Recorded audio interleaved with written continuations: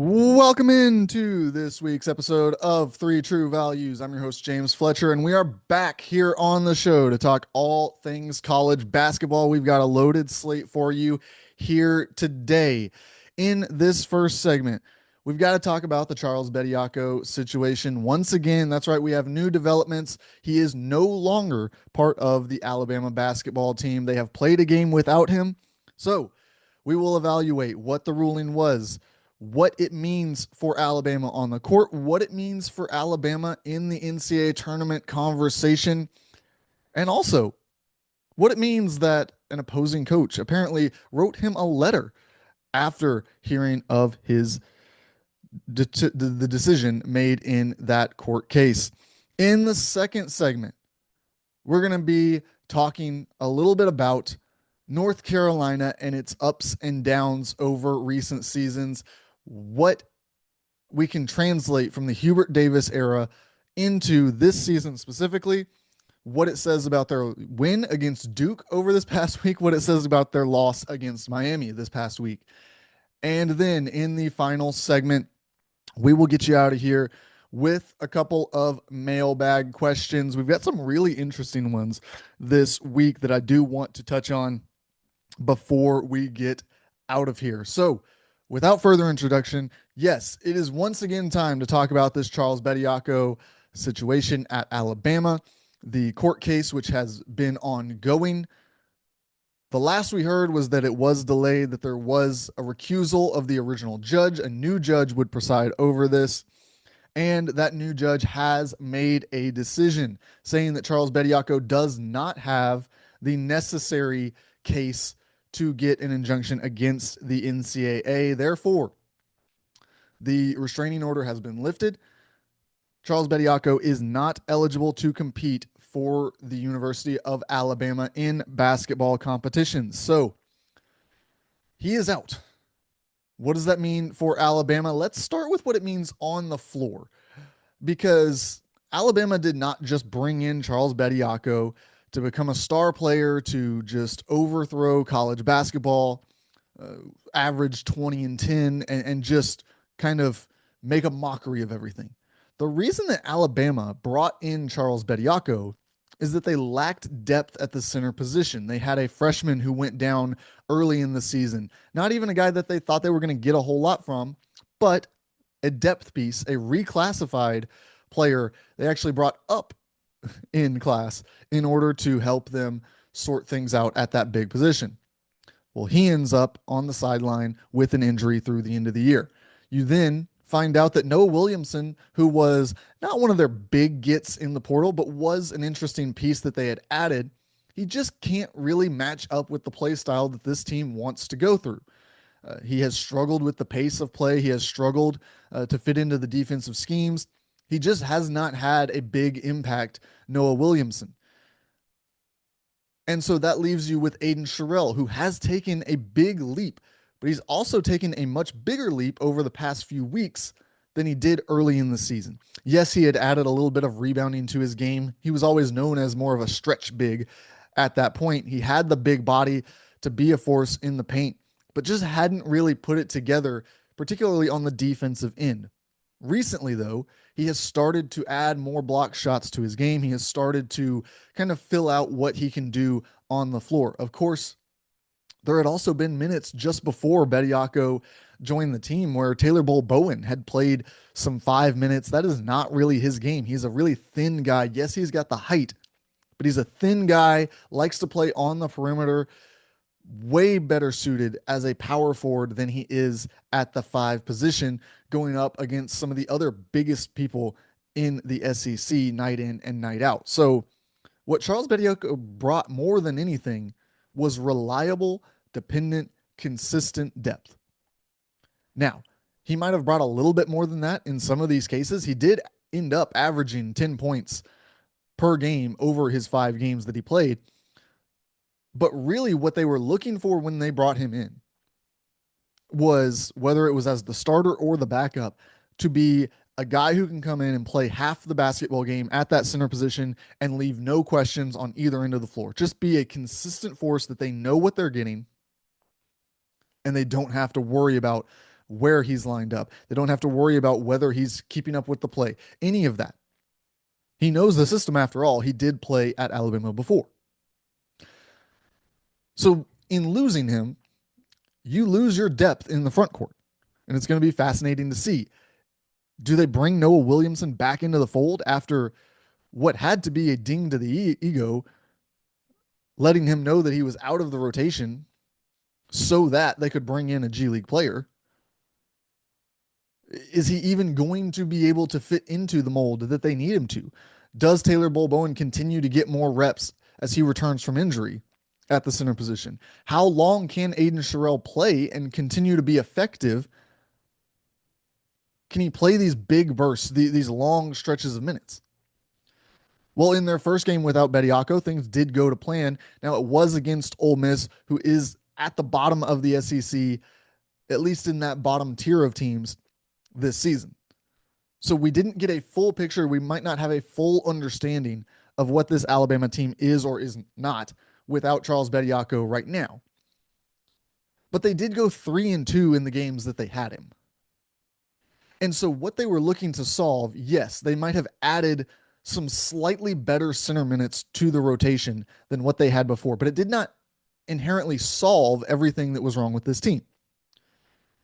They did continue to deal with injury issues at the guard position. Most of those games were played without Aiden Sherrill, without Aiden Holloway at the guard spot.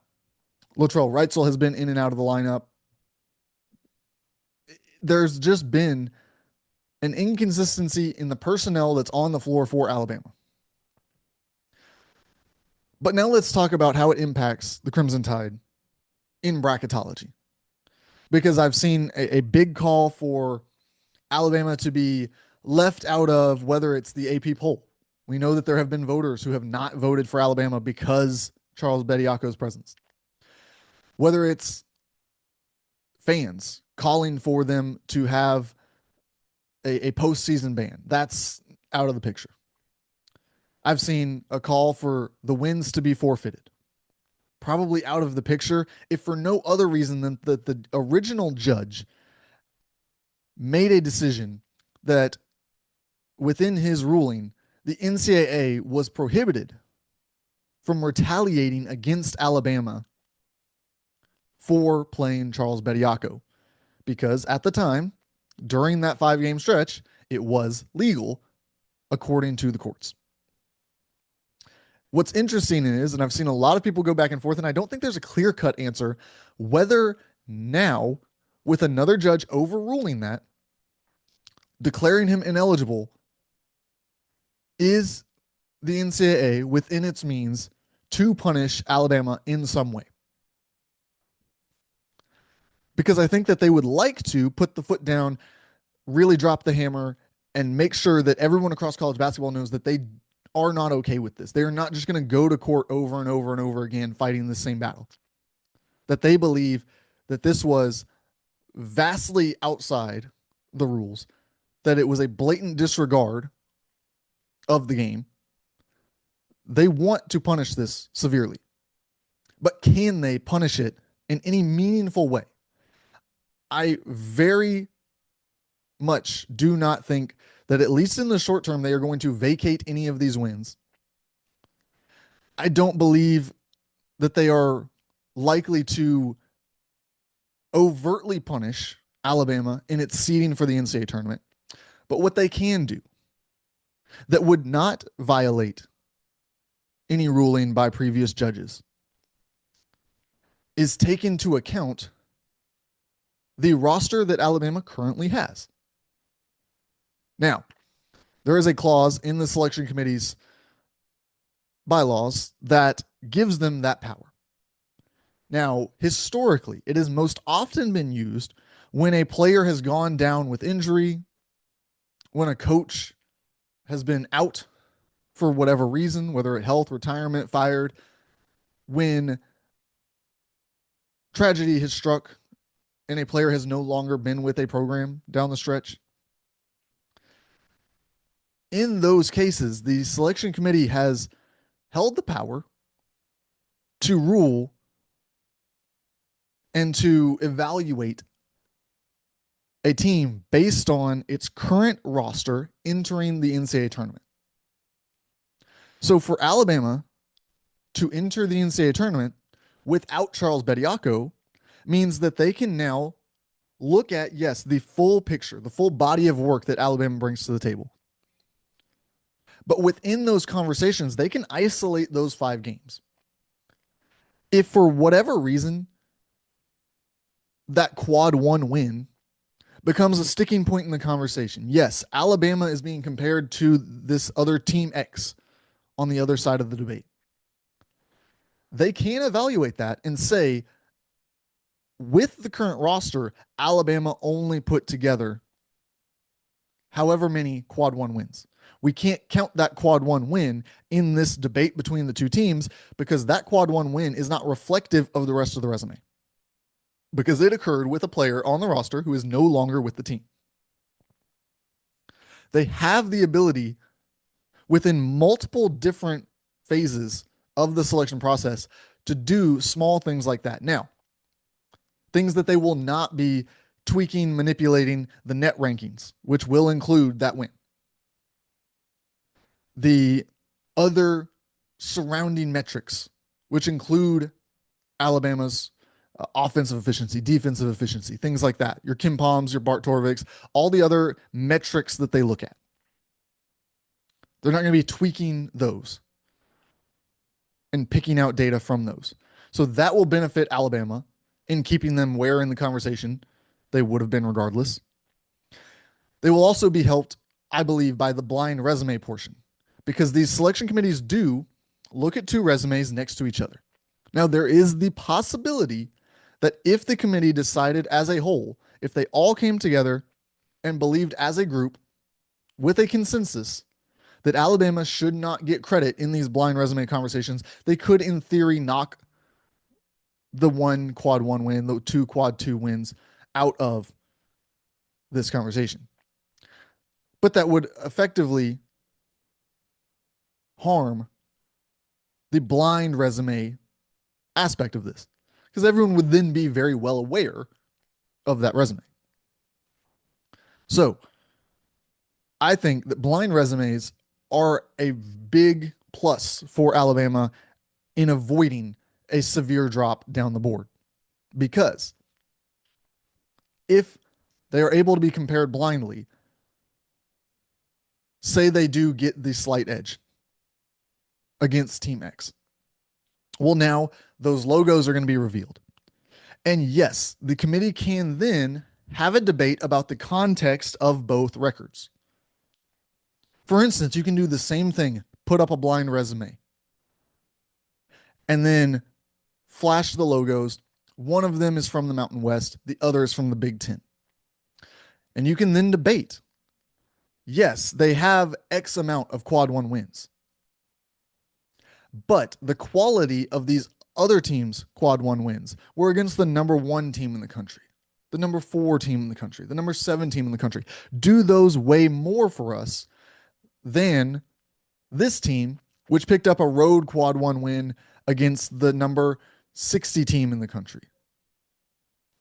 One against the number at home against the number 30 team in the country.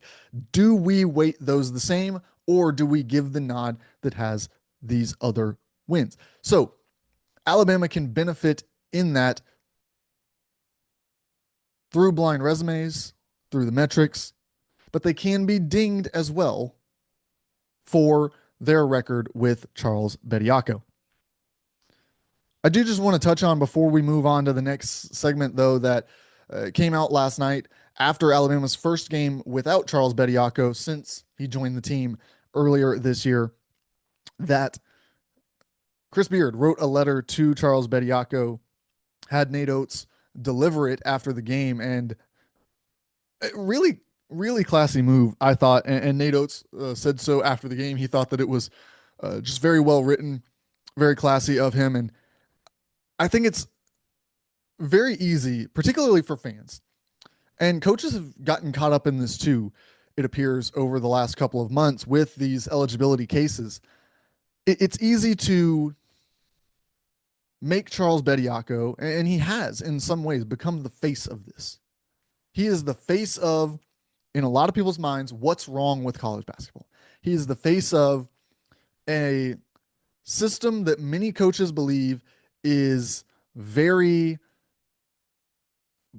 borderline cheating, really taking advantage of the rules, really trying to get one over on everybody, a little bit slimy. But that says nothing about Charles Bediako. It says everything about the system. It says everything about the people. It says everything about the problems with the NCAA, with college basketball, with the rules that have been put forward, with past decisions that have been made. Charles Bediako, at the end of the day, is somebody whose agents came to him, whose former coach came to him and said, we can maximize your basketball career. We can get you more money than what you're making right now. In a scenario where you are familiar, in a situation where you can, in theory, wrap up some unfinished business, potentially, depending on how he feels, because many feel that he entered the NBA draft too early, potentially right a mistake. So, was it ever true that the real reason behind this was that he wanted to go back to classes? No. But should we besmirch Charles Bediako in particular? No. This is not his problem. He's just someone who is being told that he can benefit both financially, career wise, all of it. So I'm not going to ding Charles Bediako personally for any of this. It's a broken system. The NCAA has lacked power for a long time, and there's a lot of attorneys and a lot of coaches who know that to be the case. We'll see what the next step is. It appears Amari Bailey still wants to join the NCAA ranks. Whether or not he's able to, whether or not a handful of other G Leaguers, including Dink Pate, can next year, is still up in the air. We will see how all of that pans out. Right here on Three True Values, we will be back. We'll talk about North Carolina and the ups and downs of the Hubert Davis era, the ups and downs of this season, right here on the show.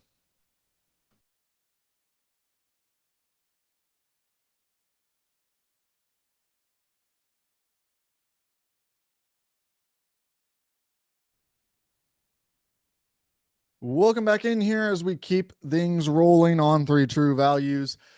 We're talking about North Carolina and the absolute roller coaster that we continue to go on with this team. This has been just years in the making. The Hubert Davis era has had its extreme highs, it has had its extreme lows.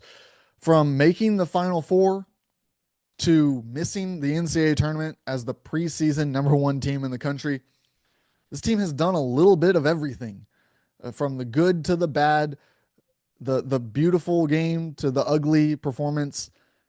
It's had it all. And it's really hard to unpack. But we're going to kind of isolate this weekend and then talk about the grand picture from there.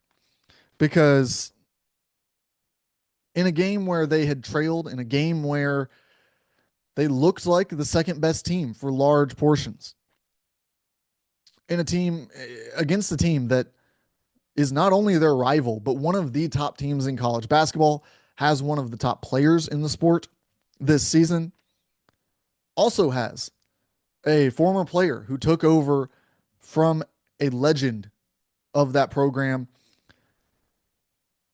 And yet North Carolina rallies. North Carolina finds a way. They take the energy, they take all the momentum in that second half. Caleb Wilson had that place jumping. He is the embodiment of just hype, excitement, just the passion that was out there.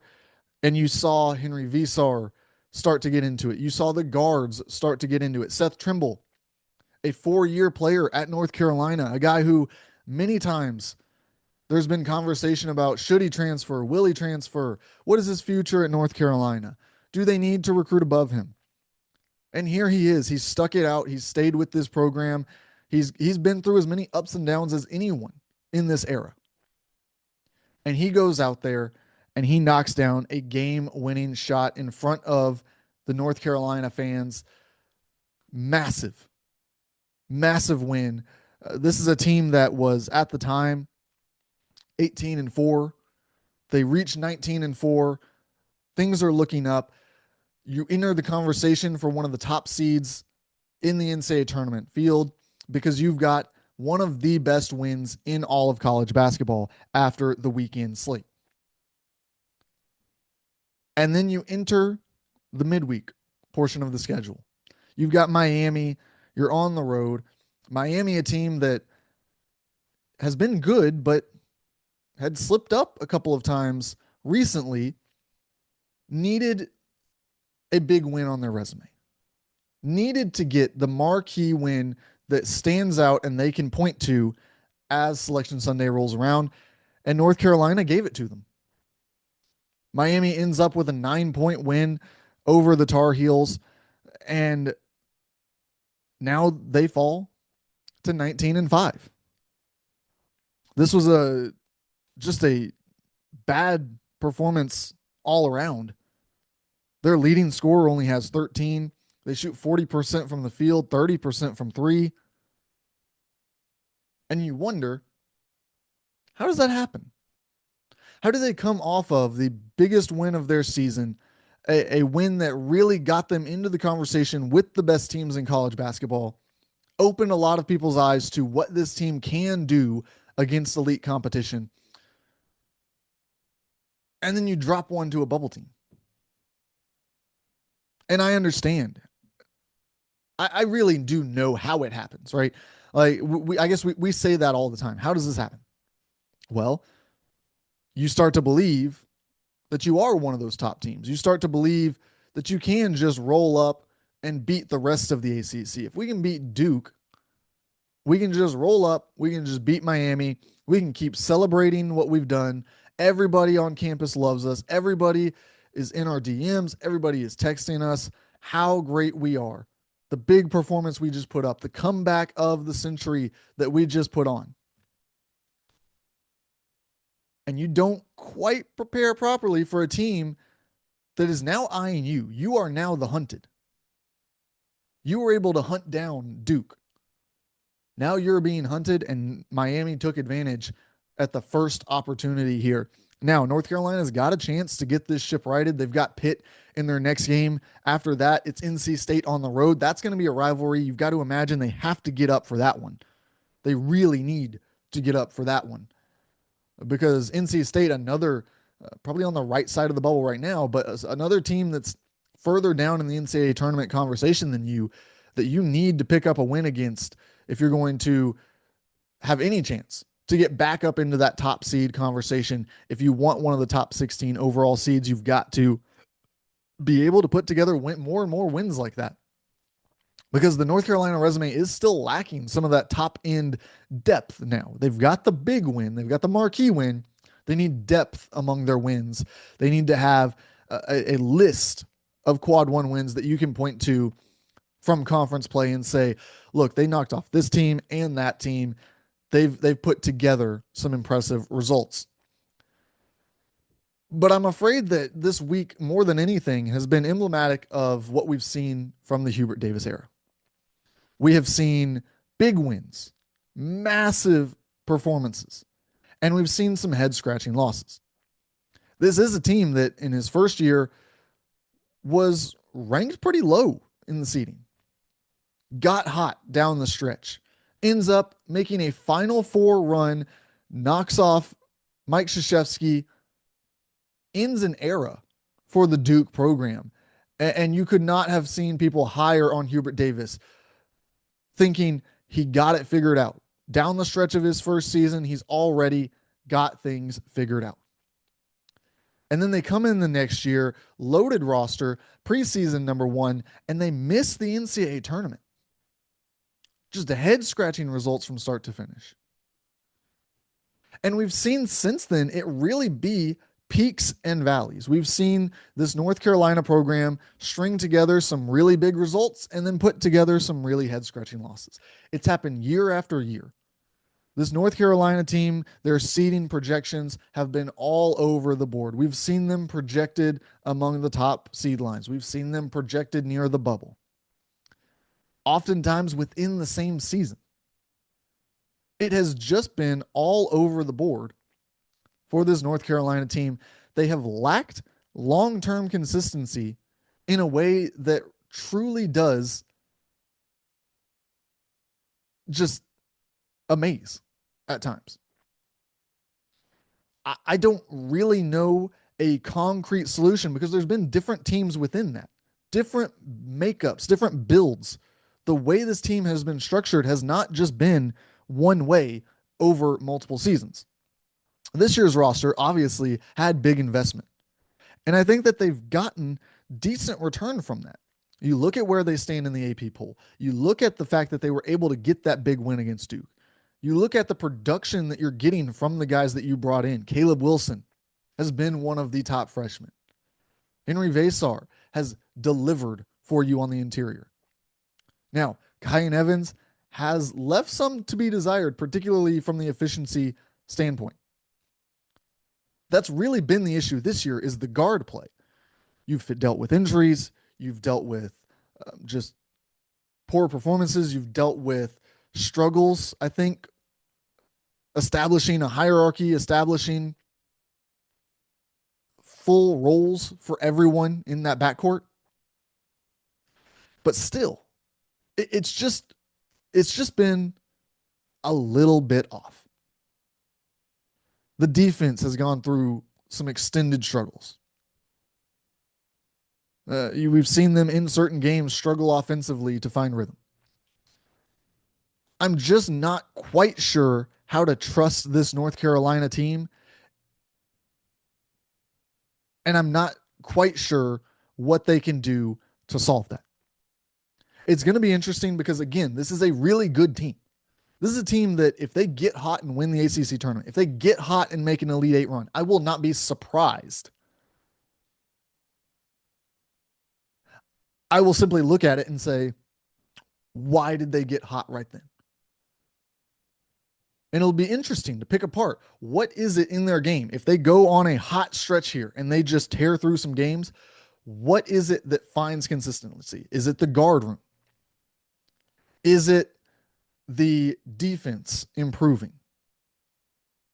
Is it a hot shooting stretch? What is it that it's going to take to create some amount of sustained big results from this North Carolina team? It's going to be interesting to watch. This ACC is way deeper than it has been in the last few years. It's making it more challenging for sure on these teams like North Carolina, but they've got to figure out a way. If they want to make one of those deep runs that I was just talking about, they've got to figure out which element is it that is lacking. What is it that they need to turn around, and how can they do that quickly here with just a month left until Selection Sunday? When we come back on the other side, we're going to open a couple of mailbag questions for you right here on 3 True Values.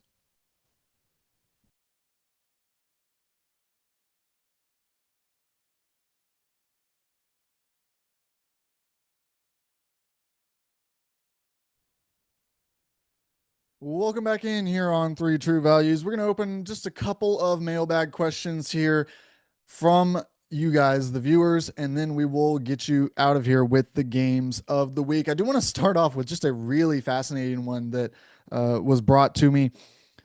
Would you rather have Brandon Miller or AJ DeBonsa? Who would you rather take, and how high would Miller go in this draft? Very interesting debate because Brandon Miller is really finding his rhythm for the Charlotte Hornets right now. Dealt with some injuries early on in his career, but has really hit his stride. He is a fluid scorer. He knocks down shots from the perimeter. He gets to the mid-range really well. There's still some rim pressure stuff with him that I think is interesting and is honestly what makes this AJ DeBonsa comparison and the contrast between the two players very interesting. Because the one thing that I have been critical of with AJ over these last few weeks has been how comfortable he has gotten in the mid-range. I've thought at times that he has settled a little bit to just take a step back and just fire over the top without worrying about getting to an explosive position, without worrying about whether he could get that extra step to the rim. He just knows that he's comfortable in that mid range and will just turn around and fire. So I still think that I would lean AJ DeBonsa right now between those two players in terms of what their ceiling is. Because I have seen enough from AJ as a shooter this year to make me believe that he's going to continue to work on that aspect of his game, continue to improve in that area. And I think that if he can get to a 38% 3-point shooter within a few years of entering the NBA, if he can become that type of efficient shooter from beyond the arc, he does have just a little bit more pop. He does have just a little bit more of that explosive ability, getting downhill, finishing at the rim when he gets into those positions. And so I think that both have definite all-star upside, all NBA ceiling. I just think that the AJ DeBonsa ceiling is probably closer to first team NBA than the Brandon Miller one, which might be second or third team NBA if we're talking about absolute max outcomes that we can reach between those two. But very fascinating to break those two down because there is some similarities, like I said, in that mid-range ability, the ability to create offense on the perimeter, good enough off the drive on the handle to create their own offense, but also able to be the secondary guy, catch the ball on the wing and then get downhill with it, catch the ball on the wing and then go up and fire with the ball, with the shot, excuse me. But yes, right now I would take DeBonsa still in this class. I do think that Brandon Miller would be up there in the conversation. I'm not quite sure. It's it's a really fascinating debate because obviously in his draft class there wasn't even a conversation about the number one pick, and so it's hard in this class where we've got this big three all chasing the number one pick. We've talked about that second and third tier are incredible too. Really, I think that this draft goes 7 deep on guys who look the part of franchise changers, who can come in and have an immediate impact, who have the upside to be all-star level guys on a consistent basis. And then even from there, you've got some really high-end outcomes still available. There's just more variety in those outcomes, at least when it comes to the lesser side of things. So for Brandon Miller and where he would slot in, I do think he probably slots in ahead of Kingston Flemings. We'll go ahead and start there as a baseline. So I think that leaves him definitely in the top 5. The reason that I say that is that Scoot Henderson was considered a very, very valuable point guard prospect, and Brandon Miller did ultimately end up, for me, ahead of Scoot Henderson in my evaluation, ended up drafted ahead of Scoot Henderson also. He was, of course, after Victor Wembanyama, so that part is pretty easy to sort out. I think Wemby would go number 1 in this class without any question as well. So that leaves us with a debate between Cameron Boozer and Caleb Wilson, I think. I think that the debate is where between 3 and 5 Brandon Miller would land on my board. And I tend to lean towards 3. And the reason being that small forward, shooting guard, the wing position, he has the height, he has the length to be a very high-end wing player with two-way upside. And so I do still think that I would put him 3rd in this class just because of the increased versatility going from a power forward with those other two to a small forward that Brandon Miller can be. Very interesting conversation, though. I don't think that it's clear cut. I think that if he were to be in this class somehow, there would be widespread debate. I think that some people would have him as low as 6 or 7. I think that some people would have him as high as potentially number 2 in this class. So this is a class that already has some variance, has some different opinions about these players. Obviously, we know the debate at number one, Darren Peterson, AJ DeBonsa. We know about Cam Bruiser being in that mix, Caleb Wilson. Some people love him, want him in that top three as well. And then you get into, like I said, that next tier is just so valuable as well to talk about. As we keep things rolling, our second mailbag question here that we're going to talk about a little bit, just touch on briefly the SEC. Who is the top team? It's still such an interesting debate to be had. Vanderbilt has continued to stay very highly ranked in the analytics. Alabama has just kind of shuffled their way back in, but it's hard to name them the best when they just declared to the world that they had a big hole at the center position, and now their fix has been ruled ineligible. It's very difficult to call them the top team, which is why I think that Florida has started to pull away. Now, it's taking a minute for some of the analytics to catch up, but this Florida team has gotten hot. This Florida team is starting to look the part. They still have some struggles at the guard position. I just don't think that Xavier Lee is going to hit the ceiling that they probably wanted him to hit this year. But Boogie Fland has gotten things headed in the right direction. He started to string together some better performances. The efficiency is still an issue, obviously, but between Alex Condon at the center position, with Micah Handlogton, with Ruben Chinyelu, the insane rebounding performances that he has been putting up, with Thomas Houck continuing to develop on that wing, I just think that they've got enough.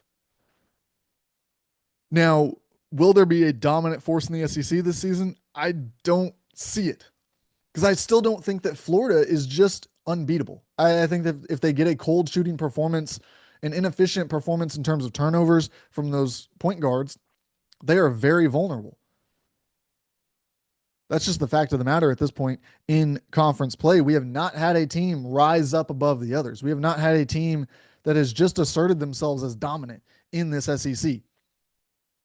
Now, we have seen them start to shift back up the board, at least in bracketology. Florida in the 3-seed mix, Alabama on the border of the 4-seed line, Vanderbilt still in that 4-seed conversation as well. But there's just not a top dominant team the way that there is even teams plural in the Big 12 and the Big 10. The ACC, of course, has Duke, which took a loss against North Carolina, yes, but is still so far ahead of the pack in terms of everything from a consistency standpoint, from an analytics standpoint, where they sit in the field, all of it. So right now I would lean towards Florida, but I don't think that they are just unbeatable by any means. I still think that Arkansas could be the sleeping giant in this conference. They have put together some really good results. I still think that they need one or two more of these marquee wins. They've got to go get big wins against conference opponents here down the stretch of the season to really wake people up, to open people's eyes, and also to create some meaningful movement in the analytics. I think that that's what's going to kind of push them over the top, is a couple more big time wins in order to really enter that next tier of teams, get into the top 16 seed conversation over the next couple of weeks. Let's get you out of here with the games of the week. We're going to start with the Thursday lineup, which is a pretty light lineup overall here. Not a lot of marquee games, not a lot of NCAA tournament caliber teams that will be playing. But we do have a couple of at least interesting matchups to keep our eyes on. We are going to head to Belmont against Northern Iowa. Yes, it's not must-see TV, maybe, but Belmont in that Missouri Valley Conference, they take a loss recently. Can they get the ship righted? They play Northern Iowa, who has always been a threat in that conference. On Friday, Let's watch Michigan State, Wisconsin. Wisconsin has been the upset kings of this season. They've beaten Michigan. They've picked up some really impactful wins, including one this week against Illinois. So, can they do it again?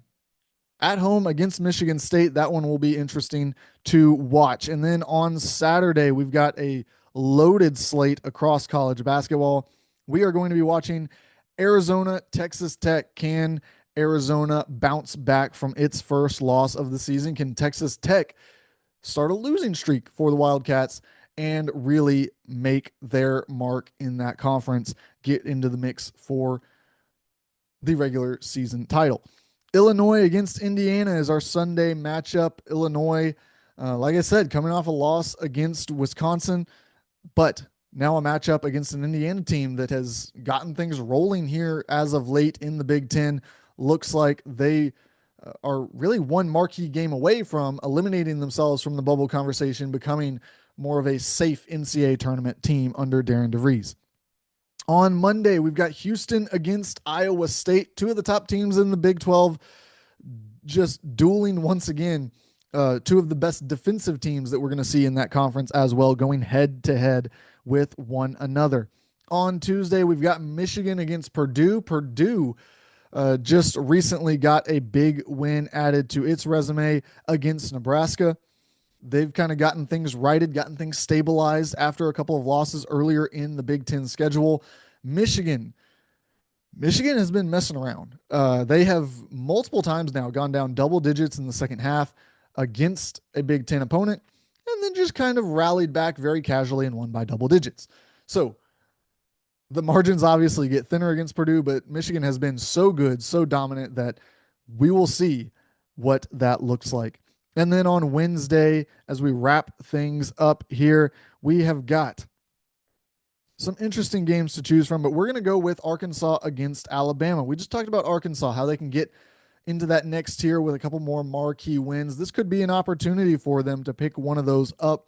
They play on the road against Alabama next Wednesday. We, of course, will be back with you next Thursday. Next Tuesday, we will hopefully have some recruiting talk with Jamie Shaw. We'll be right back here with you on the podcast feed, on YouTube, wherever you find the show. Thank you for tuning in. This has been Three True Values.